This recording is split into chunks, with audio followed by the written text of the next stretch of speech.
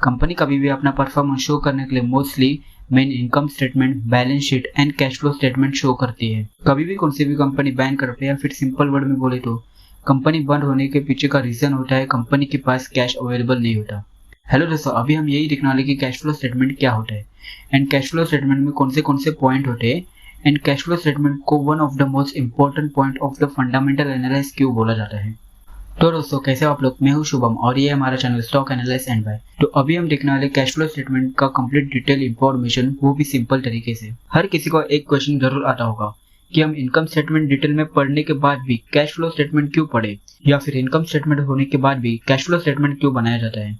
तो इसका आंसर है अकाउंटिंग में प्राइमरी 2 मेथड्स रहते हैं। First cash method, second accrual method. Cash method accounting में सिंपल कैश रिसीव को इनकम दिखाया जाता है एंड कैश पेड को एक्सपेंसेस दिखाया जाता है। तो सेकंड एक्रूअल मेथड में अकाउंटिंग में क्रेडिट सेल को डायरेक्टली रेवेन्यू शो किया जाता है, चाहे आपको कैश रिसीव नहीं हुआ होगा फिर भी, एंड एक्सपेंसेस को डायरेक्टली शो किया जाता है चाहे आपने कैश पेमेंट किया नहीं होगा फिर भी, एंड प्रॉफिट भी शो करते हैं चाहे आपने कैश रिसीव नहीं किया रहेगा फिर भी। एंड इसके वजह से इन्वेस्टर को ये मालूम नहीं पड़ता कि प्रॉफिट जितना शो हुआ है उतना कंपनी को कैश रिसीव हुआ है कि नहीं। सो कंपनी को प्रॉफिट में से कितना कैश रिसीव हुआ है उस ईयर में, ये हमको मालूम पड़ता है कैश फ्लो स्टेटमेंट के ऊपर से।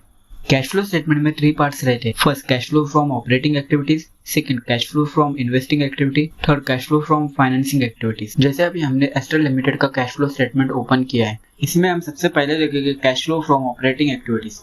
Cash flow from operating activities में मोस्ट इंपॉर्टेंट पॉइंट रहता है net cash generated from operating activities. Net cash generated from operating activity कभी भी अपने प्रॉफिट से इक्वल या फिर मोस्टली 10% डाउन रहेगा फिर भी चलता है। चलो अभी मैं आपको इस कैश फ्लो स्टेटमेंट से समझाता हूँ। एस्ट्रल लिमिटेड का मार्च 21 मींस फाइनेंशियल ईयर 2021 में net cash generated from operating activities था ₹514.7 करोड़ एंड उसी ईयर में उनका PAT means profit after tax ₹326.9 crore था। मींस कंपनी प्रॉफिट से ज्यादा कैश जनरेट कर रही है। सो ये एक अच्छा पॉइंट है। वही अगर कंपनी का कैश जनरेट प्रॉफिट से डाउन हुआ है या फिर अराउंड 20% डाउन हुआ, सो आपको कंपनी के बारे में प्रॉपर एनालाइज करना पड़ेगा। कैश जनरेट नहीं होने का रीजन आपको फाइंड करना पड़ेगा। ये सब डिटेल्स आपको audit report and result conference call में भी मिल जाएगा।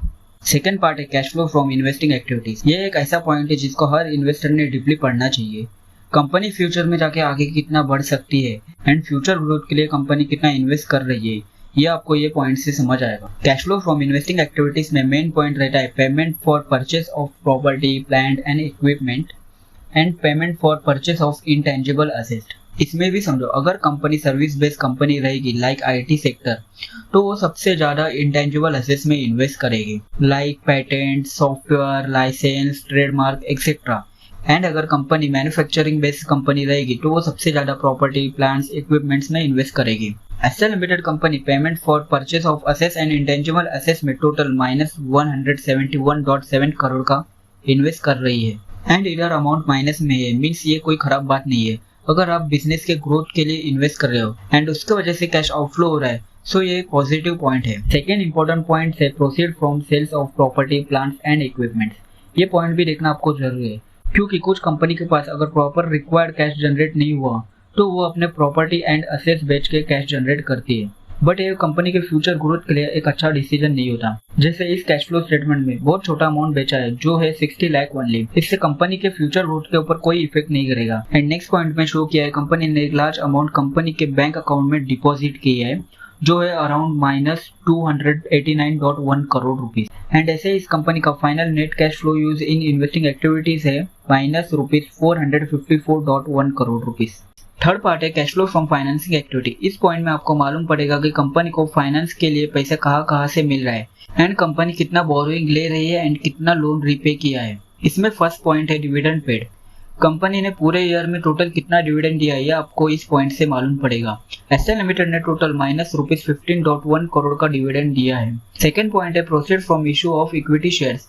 मीन्स कंपनी ने अपने इक्विटी शेयर इशू करके कितना कैश रिसीव किया है, जो इस कंपनी का है ₹10 लाख ओनली। थर्ड पॉइंट में कंपनी ने कितना फाइनेंस पेड किया है वो है जो है -14 करोड़।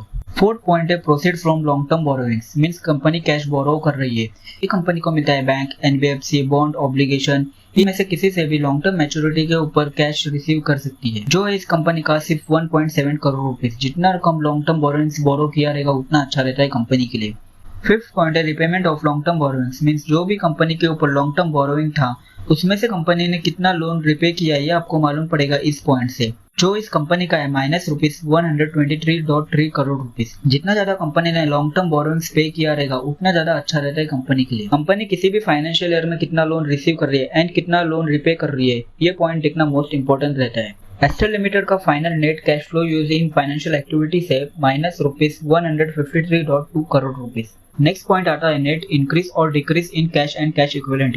इस पॉइंट में फर्स्ट, सेकंड, थर्ड तीनों एक्टिविटीज को ऐड किया जाता है, जिससे मालूम पड़ेगा कि कंपनी के पास करंट फाइनेंशियल ईयर में कितना cash and cash equivalent available है। एस्टर लिमिटेड का फाइनेंशियल ईयर 2021 में टोटल 56.8 करोड़ का कैश अवेलेबल है, जो कंपनी के beginning cash and cash equivalent से ऐड किया जाएगा, जिसके बाद कंपनी का इस स्पेसिफिक ईयर का final cash and cash equivalent ही मिलेगा। जैसे एस्टर लिमिटेड का फाइनेंशियल ईयर 2021 में cash and cash equivalent at the end of the year ₹70.7 crore है। तो दोस्तों जैसे अभी हमने एस्टर लिमिटेड का कैश फ्लो स्टेटमेंट पढ़ा है वैसे ही फॉलो करके आप किसी भी कंपनी का कैश फ्लो स्टेटमेंट पढ़ सकते हैं। तो दोस्तों अगर आपको इस वीडियो से कुछ भी फायदा हुआ रहेगा तो वीडियो को लाइक एंड चैनल को सब्सक्राइब जरूर करना। तो अभी के लिए बाय बाय।